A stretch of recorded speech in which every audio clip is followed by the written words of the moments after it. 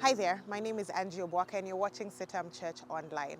How many times have you heard people make a generalization about a group of people? So in Kenya we talk a lot about tribes. So Luyas are usually like this, or Kikuyus are usually like this, Luos are like this, Masais are like this.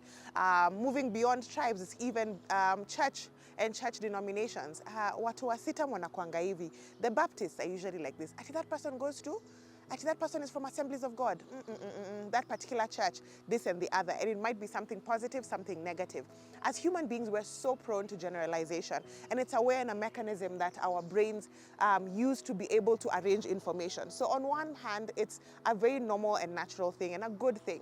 However, when it comes to places where we are unable to move forward or unable to continue in our spiritual journey because of these generalizations, then we need to take a step back and look at what is going on.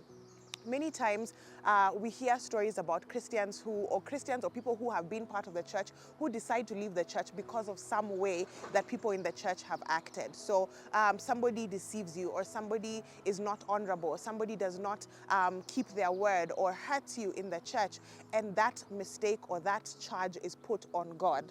You know, many times Christians and the people who are called by Christ's name, that's what Christian means, people who are Christ-like, may not act consistently like Christ, may not represent well the God they purportedly serve, the God that they're supposed to be representing well.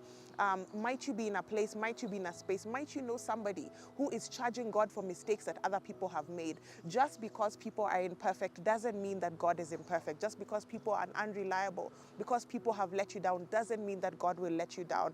If anything, we ourselves are called not to look at people, but to look at Christ. The Bible says in Hebrews, let us fix our eyes on Jesus, the author and the perfecter of our faith.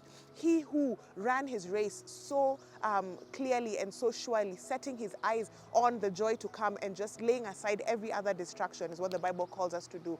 And so maybe you have been distracted by people who were supposed to walk this journey with you. As you are building community, people hurting you, people betraying you. But can I encourage you today that that is not the character of God? The people that God has brought around and the people that he is saving, similar to ourselves, are people who are still being perfected daily. But that does not mean that God is not perfect, that God is not true and complete, selfless and abandoned, unconditional love even towards you. It's not that God gives up on you just because people gave up on you, because people are gossiping, because people were short with you, does not mean that's who God is. And beyond that, we ourselves are called to walk in a manner that we can demonstrate to other people. Yes, they may have failed. Yes, they may have faltered. But have you read the verse where it says, be ye perfect as your Father in heaven is perfect. Be merciful as your Father in heaven is merciful. Yes, people may have faltered, but that is no reason to charge God. But we ourselves also need to model this perfection of our God. And when we fail, being humble and being vulnerable enough with people and saying, you know, listen, I let you down. This is not what God is like, because we don't want other people also to charge God for mistakes we have made in this journey of discipling others and walking in community.